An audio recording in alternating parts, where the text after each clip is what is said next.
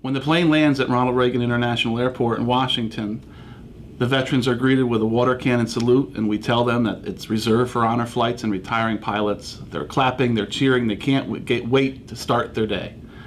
As they exit the aircraft and they hear the crowds and the cheers, and they come out the end of the jetway, and there's generals and hundreds of people to meet them in uniform, that's when it really, really hits them. At that moment, many veterans say, that's when I realized this is a day that I will never forget for the rest of my life.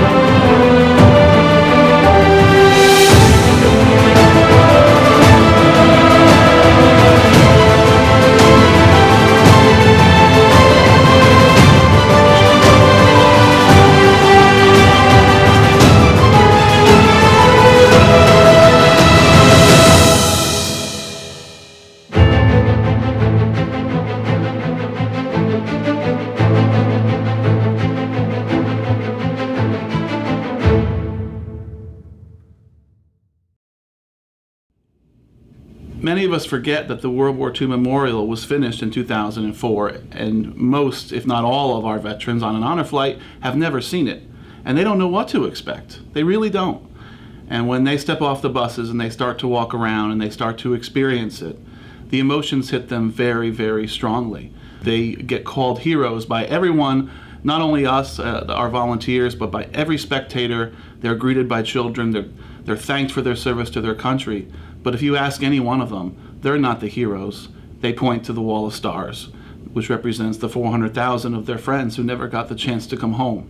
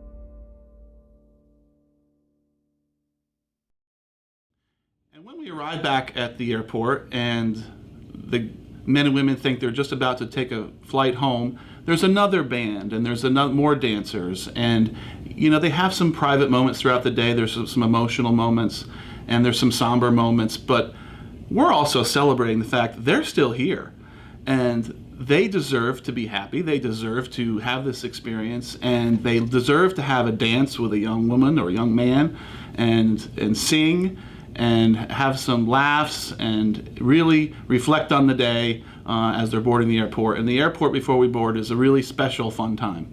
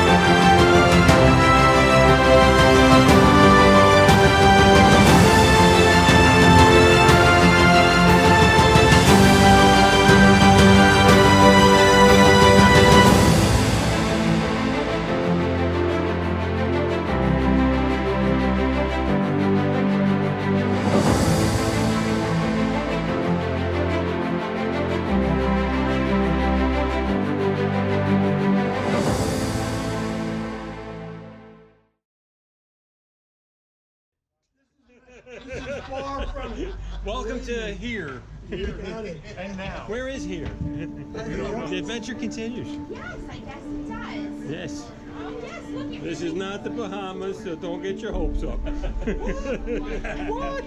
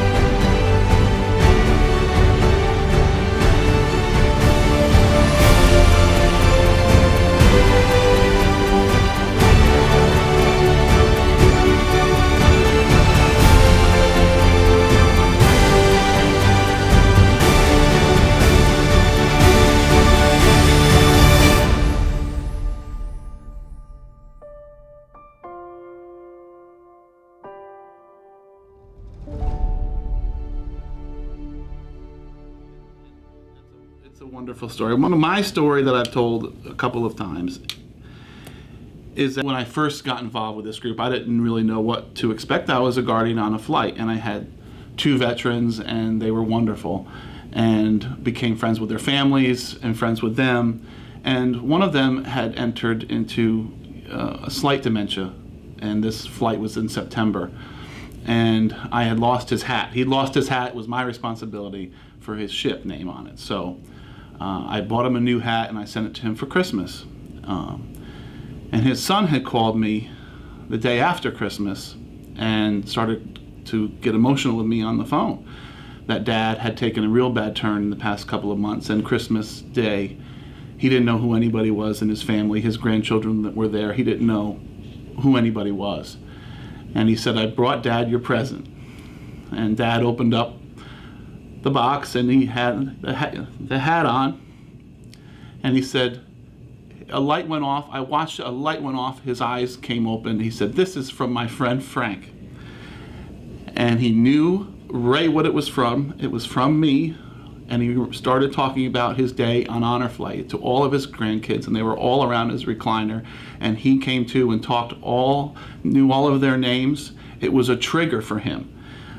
When you talk about the health benefits of this, and this is just one small personal way that I think honor flight has helped one family to get maybe one more Christmas out of Grandpa, and that will stay with me forever.